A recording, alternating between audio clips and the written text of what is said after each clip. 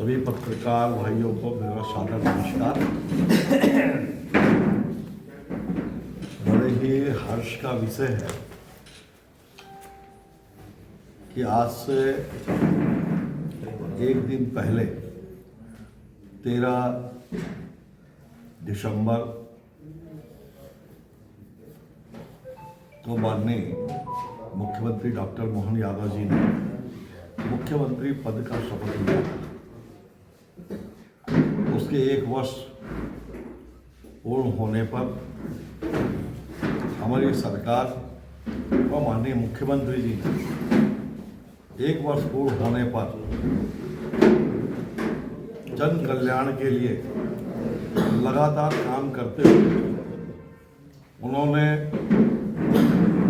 11 दिसंबर से लेकर के 26 दिसंबर तक जन कल्याण का शिविर आयोजन करके जो भी सरकार की योजनाओं से वंचित रह गए हैं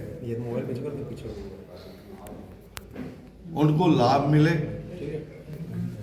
इसके लिए जगह जगह पर शिविर लगाना, वो हर पंचायत में एक नोडल अधिकारी का नियुक्त कर आपकी सरकार आपके द्वार की भावना से जो हमारे मैदानी कर्मचारी हैं वो घर घर जाएंगे और जो भी सरकार की प्रचलित योजनाओं से जो वंचित रह गए हैं उनको योजनाओं का लाभ मिले, इसके लिए उनका जो भी कागजी कार्रवाई होगा उनके घर जाकर उसको पूर्ति करा करके उसको लाभ से लाभान्वित किया जाएगा।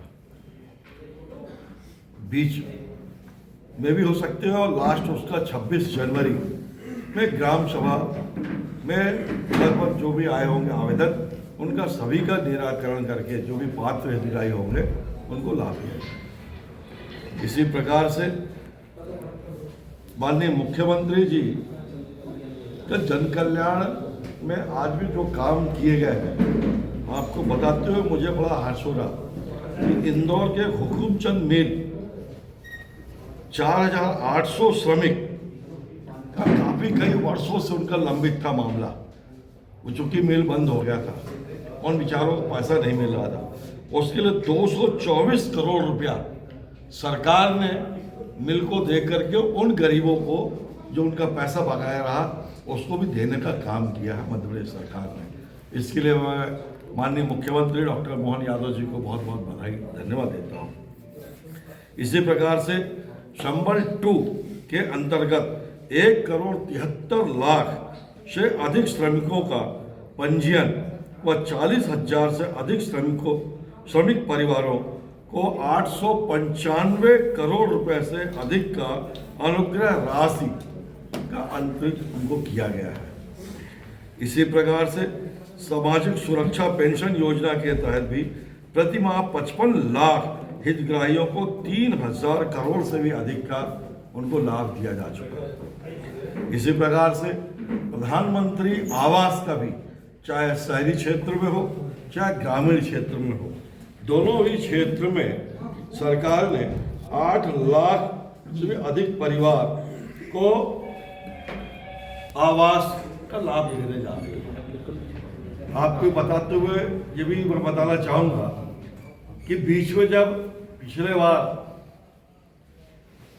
13-15 महीने के लिए कमलनाथ जी की सरकार आई थी तो इस योजना को उन्होंने बंद कर दिया था, वापस भेज दिया था कि आप नहीं दे सकते हैं। लेकिन जब से हमारी सरकार आई पूर्व में भी और आज भी हम भारत सरकार की एक एक योजनाओं को बहुत अच्छे ढंग से, चाहे वो जन कल्याण का हो चाहे वो इंफ्रास्ट्रक्चर डेवलपमेंट का मामला हो, उसमें देश में सबसे नंबर 1 अगर कोई स्टेट है तो वो मध्य प्रदेश है। चाहे रेलवे डेवलपमेंट का हो, चाहे वो नेशनल हाईवे सड़क का हो, जो भी भारत सरकार की है उन सभी में देश के अंदर सबसे तेज गति से उन योजनाओं को क्रियान्वयन करने में मध्य प्रदेश नंबर 1 है। इसी प्रकार से बताना चाहता हूं कि किसान कल्याण के लिए भी हमारी सरकार लगातार काम कर रही है और इस क्षेत्र में भी हमारी सरकार 6,000 रुपया किसान सम्मान निधि के रूप में हमारे मोदी जी ने देना शुरू किया। तो पूर्व में हम 4,000 रुपया दे रहे थे किसानों को, वर्तमान में हम 6,000 रुपया हम भी किसानों को दे रहे हैं। इस प्रकार से 12,000 रुपया हर किसान के खाते में ये जाता है। इसी प्रकार से हम सिंचाई का रकबा भी बढ़े किसानों का, उसके लिए भी लगातार प्रयास कर रहे हैं। और आपको मैं बताना चाहता हूँ कि अभी तक जितने भी हमारा सिंचित का रकबा है, हम आने वाले 5 साल में इसको डबल करने जा रहे हैं, क्योंकि भारत सरकार के सहयोग से चाहे ये पूरा बुंदेलखंड का एरिया हो और चाहे इधर चंबल के एरिया से लेकर इधर का पूरा एरिया हो, केन बेतवा और नदियों को नदी से नदी जोड़ने का जो आया है, इसको भारत सरकार के सहयोग से नदी से जोड़ करके और लगभग हम सिंचाई का रकबा डबल करेंगे। इसी प्रकार से जो किसान अभी बिजली से अपना 5 HP का चला रहे हैं, उपयोग कर रहे हैं पानी सिंचाई के लिए, उसको भी हम चाहते हैं कि उनको बिजली से बचा करके उसको हम सौर ऊर्जा से जोड़ करके और सौर ऊर्जा से जोड़ते हुए जिससे वो स्वयं आत्मनिर्भर हो और सरकार का बिजली भी बचे और सौर ऊर्जा का लाभ इको फ्रेंडली बनाते हुए उनको हम लाभान्वित करना चाहते हैं। आने वाले 5 साल में हर किसान को हम सौर ऊर्जा पंप देने का हमारी पूरी कोशिश है। इसी प्रकार से चाहे युवाओं का मामला ही क्यों ना, उनको रोजगार देने की बात क्यों ना हो, इसके लिए हमारी सरकार लगातार प्रयास कर रही है। और इस बार हमने तय किया है कि 1 लाख 2025 में हम युवाओं को सरकारी नौकरी देंगे और आने वाले 4 साल में लगभग 2.5 लाख युवाओं को हम सरकारी नौकरी देंगे। और साथ ही सरकार लगातार इन्वेस्टर मीट करके, अभी आपने देखा होगा, चाहे वो जबलपुर हो, चाहे ग्वालियर हो, चाहे इंदौर हो, चाहे सागर हो, चाहे रीवा हो, चाहे भोपाल में हो, और चाहे रोड शो के माध्यम से आप देखे होंगे अपने राज्य के बगल से भी बेंगलोर यहाँ हो, चाहे विदेश में जाकर के जर्मन में हो, यूके में हो, वहाँ पर सरकार ने करके, और बहुत जल्दी हमारे शहडोल संभाग में, शहडोल में भी इन्वेस्टर मीट करने जा रही है, नर्मदापुरम में की अभी, ये करके एक बड़ा अच्छा उत्साह का माहौल बना उद्योगपतियों में कि वो मध्य प्रदेश की ओर बहुत उनका रुझान बढ़ा है और वो आने को तत्पर है। और लगभग अभी तक 3 लाख करोड़ से भी ज़्यादा का हमको प्रस्ताव प्राप्त हुए और इससे मैं महसूस करता हूँ कि आने वाले समय में कम से कम मध्य प्रदेश में 3 लाख से ऊपर युवाओं को भी उन उद्योगों में रोजगार प्राप्त होगा। अभी भी मैं आपसे आने से पहले माननीय मुख्यमंत्री जी का जो घोषणा था कि हवाई पट्टी के लेकर, हवाई पट्टी के मेरे घोषणा के पीछे उद्देश्य है, इसके पहले मैंने शहडोल कलेक्टर से बात किया कि जो हमारा लालपुर का हवाई पट्टी है उसको भी आप ठीक करिए, दुरुस्त करिए। पहले बिरला के पास था, वो लीज समाप्त हो चुकी है, अब उसको आप ठीक करिए। और यहाँ पर भी अपने अनूपपुर जिले में भी हवाई पट्टी लगाइए जहाँ पर भी जगह हो। उसके लिए भारत सरकार के जो उड्डयन जो विभाग है 75 हेक्टेयर जमीन की आवश्यकता है उनको। तो अभी हम कलेक्टर से बैठ करके यही कर रहे थे कि उसको आप जल्दी से जल्दी, वहाँ से भी चूंकि डिमांड आ गया है कि 75 हेक्टेयर हमको जमीन उपलब्ध कराए, सीएम साहब की घोषणा को पूरा कर सके। ये इसलिए है कि जब हम किसी भी उद्योगपति से हम बात करते हैं तो वो सबसे पहले आवागमन की कनेक्टिविटी की बात करता है, एयर की बात करता है। वो एयर का कोई सुविधा है नहीं, तो जब हवाई पट्टी होगी तो निश्चित तौर पर यहाँ पर हम बता सकेंगे यहाँ पर हमारे पास हवाई पट्टी है, आप आ सकते हैं।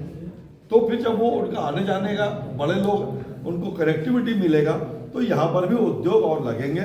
और जो हमारा क्षेत्र है, जब औद्योगिक क्षेत्र बनेगा तो यहाँ के भी युवाओं को रोजगार मिलेगा। इसके लिए भी मेरा पूरा प्रयास है। इसी प्रकार से महिलाओं को सशक्तिकरण करने के लिए शासकीय सेवाओं में हमारी सरकार ने 35% आरक्षित किया है महिलाओं के लिए भी, कि अब किसी भी विभाग में जहाँ भी होगा वहाँ 35% महिलाओं को आरक्षण देंगे। इसी प्रकार से लाडली बहनों के लिए भी 1 करोड़ 29 लाख बहनों को हम 2024 जनवरी 2024 से अब तक 19,212 करोड़ रुपए से अधिक की राशि का अंतरण किए हैं। बहनों के लिए जो समूह है, हमारी समूह को, बहनों को भी हम उनको प्रमोट कर ही रहे लगातार, और वो हमारी बहनें लखपति दीदी बने, इसके लिए भी हम उनको रोजगार से जोड़ेंगे, उनको उनकी रुचि के अनुसार उनको पैसा मुहैया कराएंगे, वो बहनें बढ़े, आगे बढ़े। इसके लिए हमारी सरकार पूरा उनके लिए भी आगे बढ़ाने के लिए समर्पित है। इसी प्रकार से उद्योग एवं रोजगार मैंने बता ही चुका आपको। समृद्ध हो रही संस्कृति, हम मतलब डेवलपमेंट के साथ साथ, चाहे सड़क का हो, बिजली का हो, शिक्षा को हो, स्वास्थ्य को, हर क्षेत्र में करते हुए हम अपनी संस्कृति को भी, अपनी विरासत को भी, हमारा सनातन संस्कृति भी आगे बढ़े, उसमें वो ना आए। उसके लिए मैं बताना चाहता हूँ कि राम पथ गमन के अंतर्गत भगवान राम का मध्य प्रदेश में जहाँ जहाँ भी आगमन हुआ होगा, जिस तरह से, उसको भी बहुत अच्छे से डेवलप करने जा रहे हैं। और जिस प्रकार से अब अयोध्या का डेवलपमेंट तो हो चुका है, हो रहा है बहुत तेजी से, राम मंदिर बनने के साथ साथ हमारी सरकार ने भी इसके लिए अभी चित्रकूट में एक बैठक करके, क्योंकि भगवान श्री राम अयोध्या के बाद अगर कहीं सबसे ज़्यादा रहे हैं तो वो चित्रकूट में रहे हैं, तो चित्रकूट को भी डेवलप करेंगे। और आपको एक प्रसन्नता की बात और बता दूं कि हमारे अनूपपुर जिला में भी एक अपना सीतामढ़ी स्थित है, जनरल टोला कोटरी के बीच में, उसको भी सेंट्रल के जो वो है अपने विभाग पुरातत्व वालों ने एक स्थान उसको घोषित किया कि रामपथ गमन से भी जुड़ा हुआ है वहाँ पर भी, तो उसको भी हम डेवलप करेंगे इस प्रकार से। इसी प्रकार से भगवान श्री कृष्ण भी जो शिक्षा के लिए मध्य प्रदेश में आए थे, आप सबको मालूम है, अवंती का आश्रम में, संदीपनी आश्रम में आए थे, अवंतिका नगरी संदीपनी आश्रम में आए थे, वहाँ ज्ञान अर्जित करके गए थे। तो भगवान श्री कृष्ण का भी जहाँ जहाँ आगमन हुआ होगा, भगवान श्री कृष्ण पथे के रूप में उसको भी हम डेवलप करने जा रहे हैं। सरकार ने हमारा देखे होंगे आपने कि हमारे जो तिथि त्योहार है उसको भी बड़े भव्य तरीके से सरकार अपना भी भागीदारी हो जनता के साथ साथ, उस प्रकार से हमने आयोजन किया है। आपने देखा होगा जन्माष्टमी का उत्सव बड़े अच्छे से भव्य तरीके से हमने मनाया था। चाहे रक्षाबंधन का त्यौहार भी हो, हम सभी लोग जा कर के सरकार के आदेश के अनुसार उसमें जाकर हमने बहनों से राखी बंधवाई, उन्हें भी कुछ ना कुछ, जैसे हम तो अपने घर में उपहार देते हैं अपनी बहनों को, उन बहनों को भी हमने दिया। तो इसके लिए पूरा प्रदेश में मनाया गया। इसी प्रकार सरकार ने दशहरे के दिन हमारा शस्त्र पूजन भी होता है, तो हमारी सरकार ने प्रत्येक जिला में प्रभारी मंत्री, चाहे अपने जिला मुख्यालय में या प्रभार के जिले में जाकर के शस्त्र का भी पूजन करें। इससे आपको संदेश देना समाज को भी कि समाज की रक्षा के लिए, राष्ट्र की रक्षा के लिए जितना आवश्यकता है, हमको किताब की आवश्यकता है, ज्ञान की आवश्यकता है, उतना ही हमको शस्त्र की भी आवश्यकता है। क्योंकि जब तक हम शस्त्र के उधर से आत्मनिर्भर नहीं होंगे तो हम सुरक्षित नहीं रहें। अगर सुरक्षित तो सब, देखिए आज जब हम कमजोर पड़े तो देखिए कुछ आताताइयों ने आकर के नालंदा जैसे विश्वविद्यालय जहाँ पूरे दुनिया के लोग आकर के वहाँ ज्ञान लेते थे, उसमें भी आग लगा करके महीनों तक जलता रहा धो कर, तब जाकर हमारे जो अच्छी पुस्तकें थी उसमें ज्ञान का वहाँ पर हो होगा। तो इस प्रकार से हमारी सरकार लगातार कर रही है। सुशासन के लिए भी हमारी सरकार लगातार प्रयास कर रही है कि हर क्षेत्र में हम सुशासन के क्षेत्र में साइबर तहसील बनाने का काम कर रहे हैं। तहसील में जैसे साइबर तहसील होगा तो उसमें नामांतरण, बंटवारा जैसे राजस्व प्रकरणों का ऑनलाइन निराकरण प्रारंभ किया जा रहा है। इसी प्रकार से संपत्ति के ई पंजीयन एवं ई स्टैंपिंग के माध्यम से रजिस्ट्री हेतु संपदा 2 शुरू किया जा रहा है। थानों की भी सीमाओं का अपन ने पुनर्निर्धारण का कार्य भी किया है। थानाओं की सीमांत कई बार देखे होंगे आप लोगों ने कि थाना यहाँ है, जब उसका नज़दीकी थाना यहाँ पर दिख रहा है लेकिन उसको थाना दूर जाना पड़ रहा है। उसके लिए हमने कोशिश किया है, जनप्रतिनिधियों और वहाँ के लोगों से लेकर के उसको थाने का भी परिसीमन किया है। इसी प्रकार से जिला, संभाग, तहसील आदि की सीमाओं का पुनर्निर्धारण एवं नियुक्तिकरण के लिए भी पृथक प्रशासकीय इकाई पुनर्गठन आयोग का गठन किया है। उसके आधार पर अभी भी देखते होंगे आप लोग, कई जिला तो बनाए अपन ने, संभाग बनाया अपन ने, तहसील बनाया, लेकिन अनूपपुर को जैसे देख ले अपन, अनूपपुर जिला, लेकिन वहाँ पर अपना सिमरिया में अनूपपुर जुड़ा, लेकिन वहाँ पर एक दो गांव ऐसे हैं जो सरडोल जाना पड़ता बेचारा को।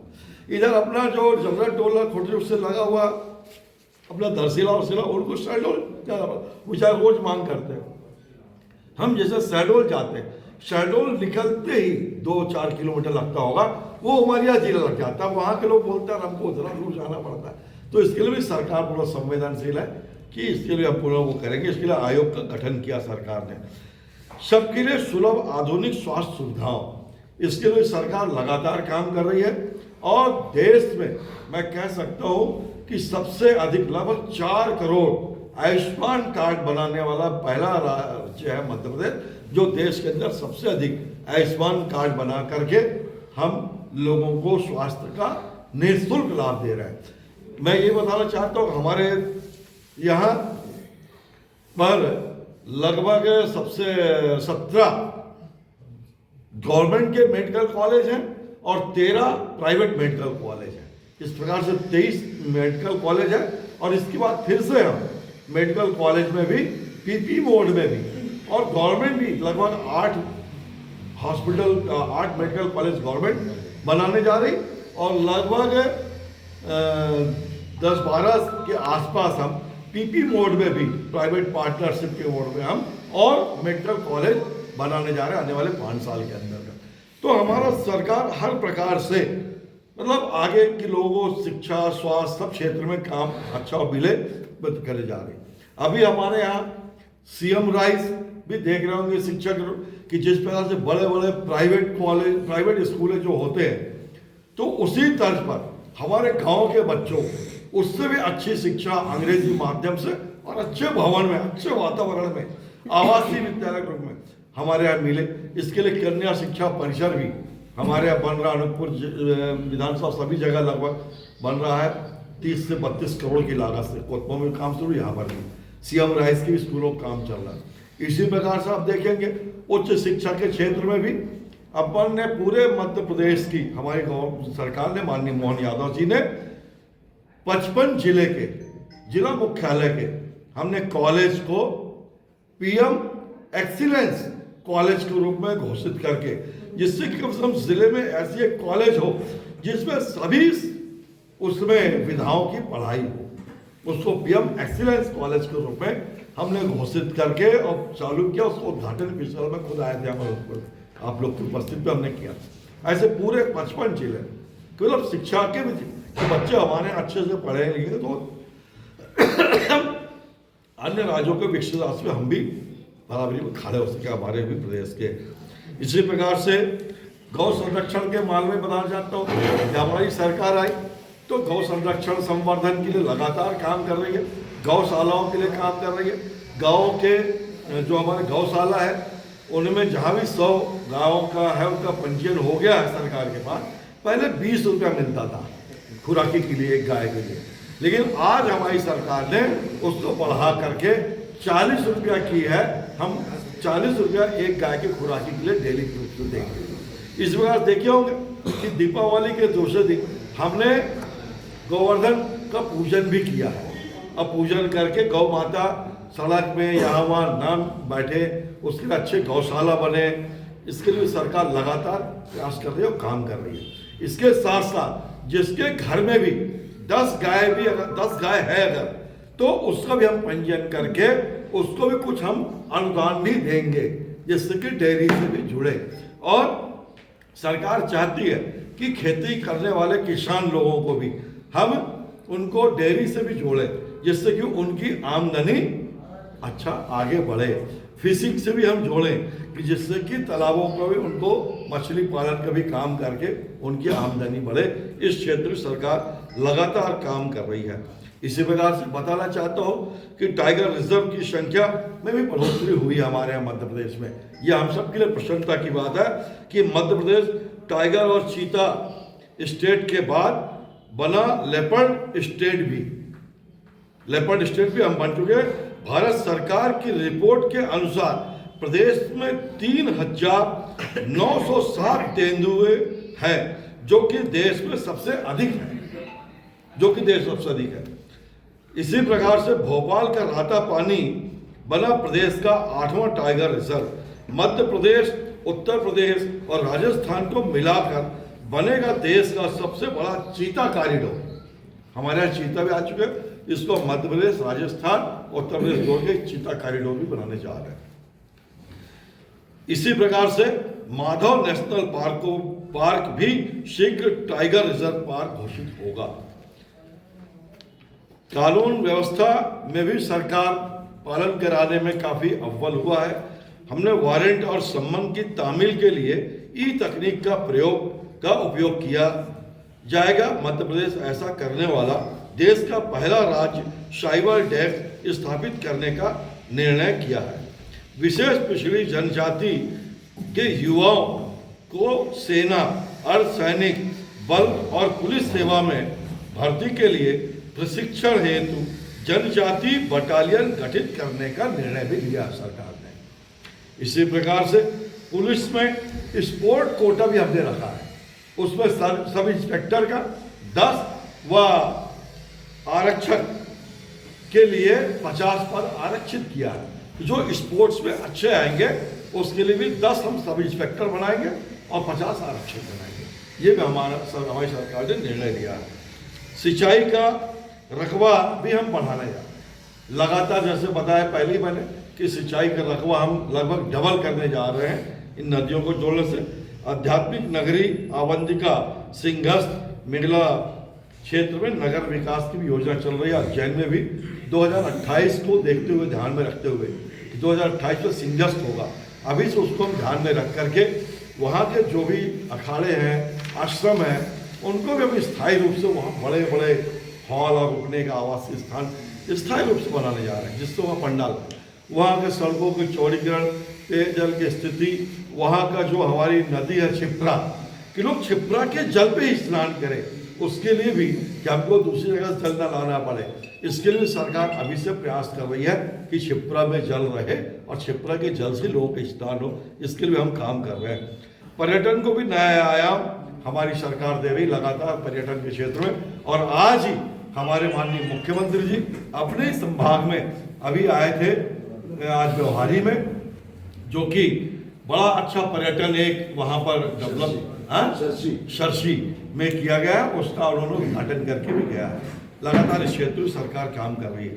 अधोसंरचना विकास में मैंने बताया कि चाहे वो रेल का हो, सड़क का हो, सभी क्षेत्रों में सरकार काम कर रही। केंद्र की योजनाओं पर मध्य प्रदेश नंबर 1 है पूरे देश में। हम सारी योजनाओं को बेहतर ढंग से संचालित कर रहे हैं और डेवलपमेंट का भी काम कर रहे हैं।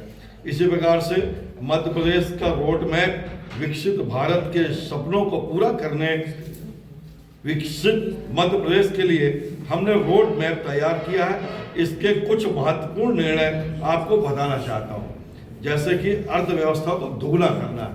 अभी हमारा, आपको ये बताना चाहूँगा मैं पहले, कि जब 2003 में हमारी सरकार बनी थी मध्य प्रदेश में, भारतीय जनता पार्टी का, उस समय मध्य प्रदेश का जो बजट था वो लगभग 24-24.5 हजार करोड़ का बजट था। 2003 में कितना था? 24,000 करोड़ के समथिंग था। लेकिन आज हमारा बजट जो है वो 3.5 करोड़ से भी ऊपर का बजट है। और हमने निर्णय लिया है हमारी सरकार कि हम मध्य प्रदेश के डेवलप के लिए आने वाले 5 साल में इसको 7,000 करोड़, 3.5 डबल करने का निर्णय ले, कितना हम इसको बढ़ाएंगे, आर्थिक दृष्टि से मजबूत होंगे। इसमें भी सरकार काम कर रही है लगातार दोगुना अर्थव्यवस्था करने पर। कृषकों को सौर ऊर्जा मैंने बताया 5 वाला दे रहे हैं। कृषि के फसल का विविधीकरण का पहल, कृषि के फसलों का विविधीकरण की पहल की जाएगी, जिससे किसानों की आय में बढ़ोतरी हो। अधिक दाम प्रदान करने वाली फसल की ओर किसानों को प्रोत्साहित किया जाएगा। सिंचाई का क्षेत्र दोगुना करने का लक्ष्य है। ये मध्य प्रदेश का रोड मैप है। इसी प्रकार से पीपी बोर्ड में मेडिकल कॉलेज मैंने पहले बताया कि 12 पीपी मोड में और 8 गवर्नमेंट के और हम खोलेंगे आने वाले में। समय में, और समितियों का विस्तार कर प्रदेश में दुग्ध समितियों का विस्तार किया जाएगा। इस योजना किया जाएगा। वर्तमान में प्राथमिक दुग्ध समितियां 8,500 गांव ही है, और आने वाले समय में इसको हम एक वर्ष में 15,000 गांव तथा 4 वर्ष में देश के समस्त गांव तक दुग्ध समिति गठित की जाएगी। ये हमारा एक रोडमैप है। SHG को बनाएंगे जन आंदोलन। महिला स्व सहायता समूह को जन आंदोलन बनाया जाएगा। वर्तमान में 25 लाख महिलाएं स्व सहायता समूह से जुड़ी हैं। यह संख्या 4 वर्ष में 50 लाख तक हम ले जाएंगे। यात्रियों के लिए परिवहन सुविधा, यात्रियों की सुविधाओं के लिए पूरे प्रदेश में बसों के लिए परिवहन कंपनी बनाकर संचालित किया जाएगा।